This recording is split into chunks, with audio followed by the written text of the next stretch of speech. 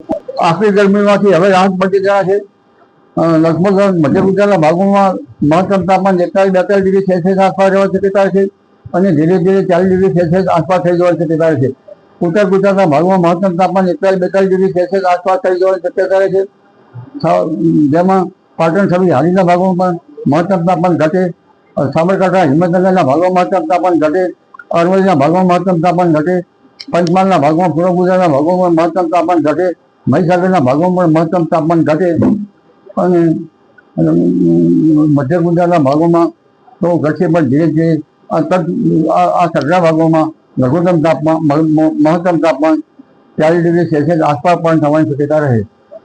ભરૂચ ને મહીસાગરના ભાગોમાં તાપમાન ઘટે, જૂનાગઢના ભાગોમાં તાપમાન ઘટે, પશ્ચિમ સૌરાષ્ટ્રના ભાગોમાં મહત્તમ તાપમાન હવે લગભગ મેના મધ્ય પછી કંઈક વધવાની શક્યતા રહે।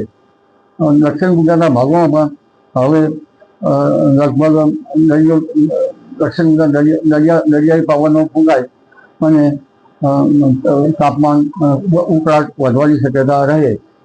તારીખ 6 થી 12 મેમાં પ્રી મોન્સૂન એક્ટિવિટીનો વરસાદ રાજ્યના ભાગોમાં થવાની શક્યતા રહે। તારીખ 11 થી 20 મેમાં આંધી વંટોળ થાય અને આરબ દેશોની કાળી આંધી ચડી આવે, તેમજ 23 મે લગભગ અંધારો વરસાદ થાય।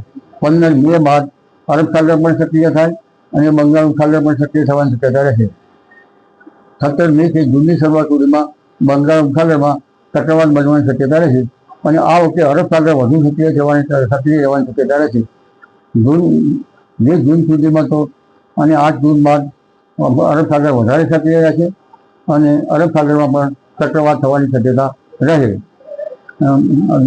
લગભગ 28 મે સુધીમાં આંદામાન નિકોબાર ટાપુમાં ભારે વરસાદ થાય અને 28 મેથી ભારતના દક્ષિણ છેડે ચોમાસું પહોંચવાની શક્યતા રહે। 1 જૂન સુધીમાં ચોમાસું પહોંચવાની શક્યતા રહે, પરંતુ 13 કાળે ચોમાસું પહોંચવાની પુષ્ટિ તો હવામાન ખાતું કરી શકે છે।